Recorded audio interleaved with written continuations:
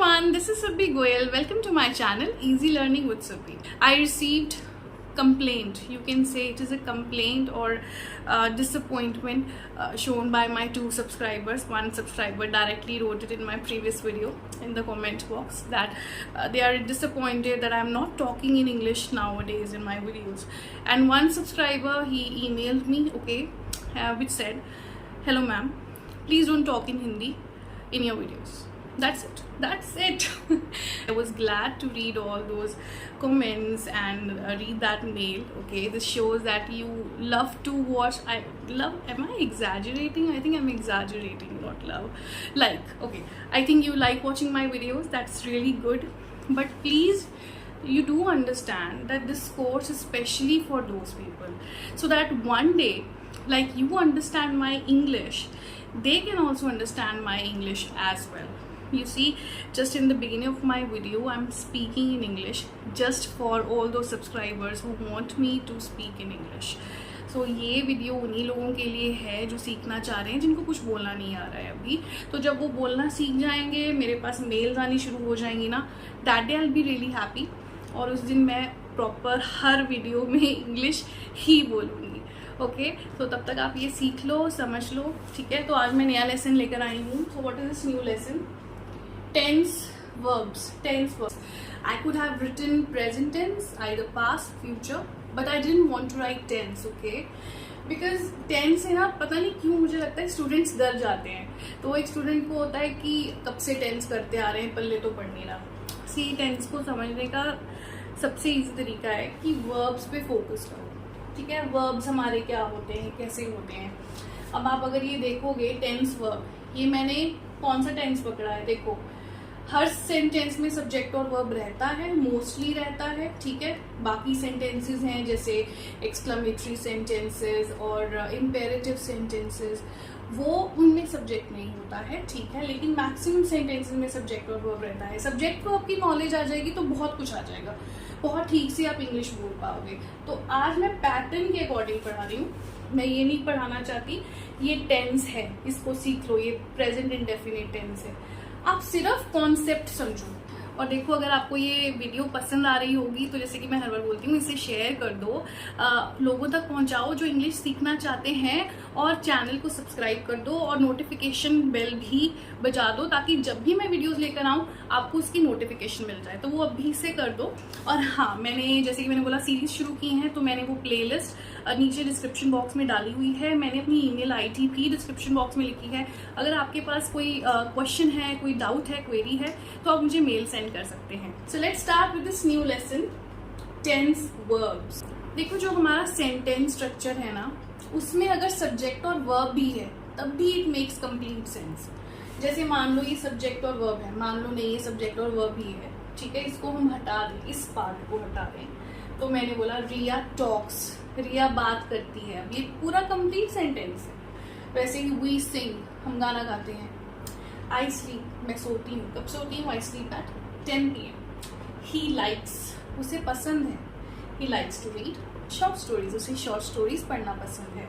और आपको पता है ये सारा पैटर्न है, ये कौन सी टेंस का है? लिखा है मैंने, सिंपल प्रेजेंट टेंस, या इसे प्रेजेंट इंडेफिनिट टेंस भी बोलते हैं. अब देखो, जो मैं अभी छोटे छोटे वीडियोस, ये लेसन्स जो लेकर आऊंगी ना, टेंस भी कवर करेगा वो. मैं टेंस आपको पूरा एक घंटे 1.5 घंटे का वीडियो बनाकर भी पढ़ा सकती थी, बट उससे क्या होगा कि आप समझ नहीं पाओगे. मतलब आप रूल्स पढ़ लोगे, ठीक है, लेकिन उसको ध्यान से अच्छे से समझ नहीं पाओगे. इसीलिए मैं छोटे छोटे पार्ट्स में लेकर आऊंगी, ताकि आपके लिए भी समझना इजी हो जाए. पूरे लाइफ टाइम आपको लर्न रहे वो वाली चीजें, राइट. अब यहाँ पर है ना, अगर आपने नोटिस किया हो, रिया एक सब्जेक्ट है, मैंने टॉक्स लगाया, यानी कि टॉक के आगे मैंने प्लस एस लगाया. वी है, वी मतलब ज्यादा, प्लूरल है, इसके आगे मैंने कोई एस और एस नहीं लगाया. आई और यू ऐसे हैं, आई और यू, यानी कि I first person, you second person. इनके साथ हम एस ई एस नहीं लगाते. एस ई एस कैसे लगता है? एक्शन वर्ब के साथ हम एस और ई एस लगाते हैं. कब लगाते हैं? जब हमारा सब्जेक्ट सिंगुलर होता है. ठीक है, सिंगुलर होता है, सब्जेक्ट इज सिंगुलर। जैसे यहाँ पर मैंने बोला रिया टॉक्स, रिया बात करती है, लेकिन अगर मैं यहाँ पर मान लो कोई और नाम ऐड कर दूं, मैंने कहा रिया, कर देते हैं, एंड अर्पित, रिया एंड अर्पित। अब ये 2 जन हो गए हैं, प्लूरल, तो अब क्या होगा, एस कट जाएगा, रिया एंड अर्पित, खाली क्या रह जाएगा, टॉक, टॉक्स नहीं। ये बहुत कंफ्यूजिंग हो जाता है कई बार कि मैम ज्यादा जन के लिए एस और एस लगाते हैं ना, ये तो उल्टा है, इट्स इज उल्टा, राइट। सिंगुलर सब्जेक्ट के साथ आप एस ई एस लगाते हैं, राइट, लेकिन प्लूरल सब्जेक्ट के साथ आप एस ई एस नहीं लगाते हैं, प्लूरल सब्जेक्ट के साथ नहीं लगाते हैं। जैसे प्लूरल है वी के साथ हम सिंग्स नहीं लगाएंगे, सिंग लगाएंगे। आई जैसे मैंने बोला फर्स्ट पर्सन है, या यू हो गया, इसके साथ भी हम एस ई एस नहीं लगाएंगे।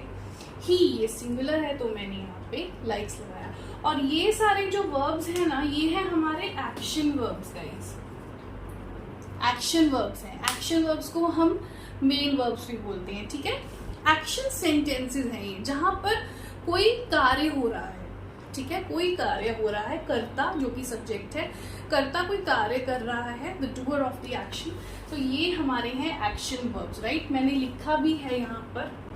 So these are the kinds of verbs. One is auxiliary verb. Auxiliary verb को हम हेल्पिंग वर्ब्स भी बोलते हैं। मैं इनको क्या बोलती हूँ, सपोर्टिंग एक्टर्स। ये हमारी फिल्म के सपोर्टिंग एक्टर्स हैं, इनके बगैर फिल्म नहीं चल सकती, क्योंकि ये टाइम के बारे में बताते हैं। अब जैसे ये देखो एग्जाम्पल्स हैं, is, am, are, do, does, was, were, has, have, had, ये सब हमारे ऑक्सिलरी वर्ब हैं, हेल्पिंग वर्ब्स हैं। अब जैसे मैंने यहाँ पे लिखा था रिया टॉक्स, अगर मैं यहाँ पे लगा दूं रिया इज टॉकिंग, तो ये सेंटेंस हमें क्या बता रहा है कि रिया अभी बात कर रही है, रिया इज टॉकिंग, रिया बात कर रही है, राइट। तो किसने हेल्प किया बताने में कि रिया बात कर रही है, किसने हेल्प किया, सपोर्टिंग एक्टर ने हेल्प किया। तो ऑक्सिलरी वर्ब बहुत इंपॉर्टेंट होते हैं, इन्हें हम धीरे धीरे समझेंगे जब हमारे पैटर्न्स थोड़े आगे बढ़ेंगे, राइट। और ये है हमारा एक्शन वर्ब या मेन वर्ब। जैसे मैंने अभी एक्सप्लेन किया, एक्शन वर्ब मतलब जो एक्ट हो रहा है, ठीक है, कार्य, जैसे टॉक है, किक, जंप, गो। और एक्शन वर्ब्स का क्या है, इनकी फॉर्म्स होती हैं, जो आपने सुना है वर्ब 1, 2, 3, राइट, सबने सुना है।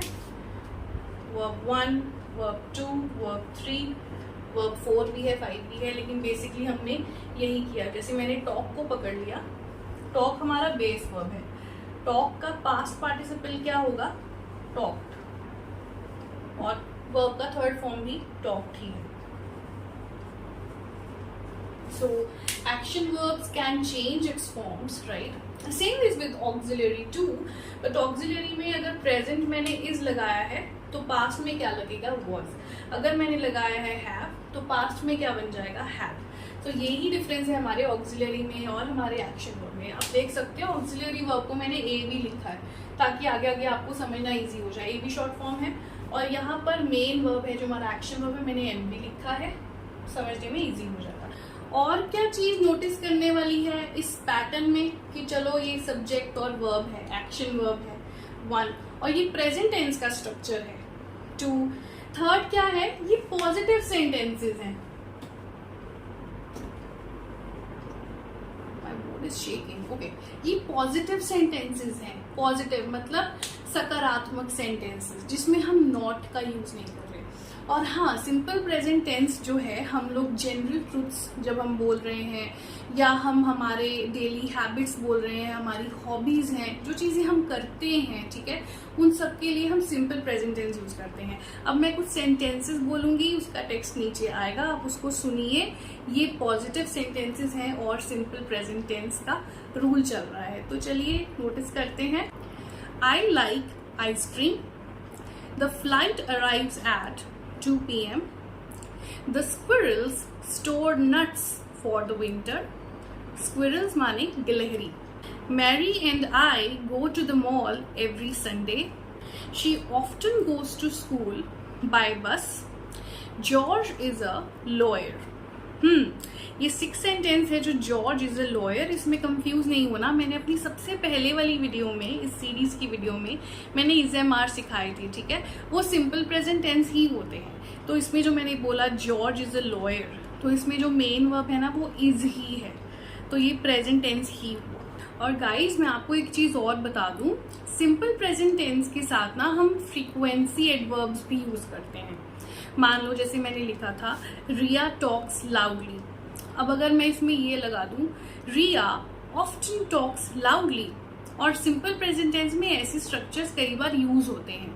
Now often is an adverb, okay, कि कितना, कि कब कब वो लाउडली बात करती है, ऑफ्टन बहुत ज्यादातर वो लाउडली ही बात करती है।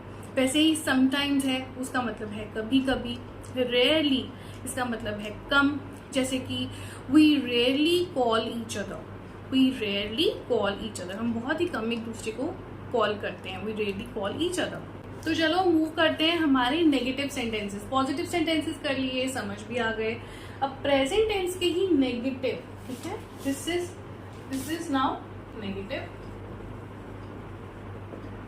नेगेटिव मतलब नकारात्मक, ठीक है। मोस्टली सेंटेंसेस में नॉट रहेगा। एक सेंटेंस आता है नेवर पे भी आएगा, वो मैं बाद में पढ़ाऊंगी, पहले नॉट वाले समझ लो। ओके, अब यहाँ पर देखो एवी मैंने समझाया था, AV is auxiliary verb, helping verb, और एमवी मतलब मेन वर्ब, ठीक है, तो कंफ्यूज नहीं हो जाना। Okay, Ajay does not speak. अब आप यहाँ पे सोचोगे कि मैम पिछली बारी में तो आपने सिंगुलर के साथ एस लगाया था, अब यहाँ पर एस ई एस कहाँ चला गया। देखो जो सिंगुलर है ना नेगेटिव सेंटेंस में, उसकी जगह ले लेता है डज। आप ये ले लो कि जो इसका जो भार है ना एस का भार किसने ले लिया, हमारे डज ने ले लिया, ये कट हो गया। तो अजय डज नॉट स्पीक, इसका पॉजिटिव बनेगा अजय स्पीक्स, तो नेगेटिव क्या बन गया, अजय डज नॉट स्पीक। वैसे ही शी इट, अब देखो सिंगुलर में डज आएगा, प्लूरल में डू आएगा, ठीक है। अब यानी कि मैंने अजय के साथ लगा लिया रोहित, अजय एंड रोहित, अब यहाँ पर मैंने लगाया अजय एंड रोहित, ठीक है, अजय एंड रोहित, तो यहाँ पर डज नहीं आएगा, फिर यहाँ पर आ जाएगा डू, क्योंकि अजय और रोहित प्लूरल बन गया, राइट। वैसे ही she it does not study well, he she कोई भी, ही लड़के के लिए, शी लड़की के लिए, वो ठीक से नहीं पढ़ता है, डज। नेक्स्ट आता है आई एंड यू। आई मतलब फर्स्ट पर्सन, यू होता है सेकंड पर्सन, इसको हम प्लूरल की तरह ही ट्रीट करते हैं, तो इसमें डज नहीं आया, डू आया, ठीक है, डू। और ये है हमारे मेन वर्ब्स, ठीक है, ये है मेन वर्ब, गो, गोज नहीं, गो। वैसे ही they do not listen, they do not listen, तो सिंगुलर के साथ डज, प्लूरल के साथ डू। और गाइस एक बात और जो समझने वाली है, देखो स्पोकन इंग्लिश में आप ऐसे नहीं बोलते हो अजय डज नॉट स्पीक, आप कैसे बोलते हो, यहाँ पे लिख देती हूँ, अजय डजंट,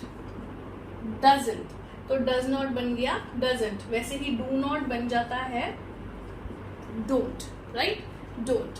तो कैसे आएगा, Ajay doesn't speak, he doesn't study, I don't go to parties. अब मैं सेंटेंसेस बोलूंगी, नीचे लिखे हुए आ रहे हैं, उसे प्लीज रीड कीजिए। यही है negative sentence pattern simple present में। Let's read this.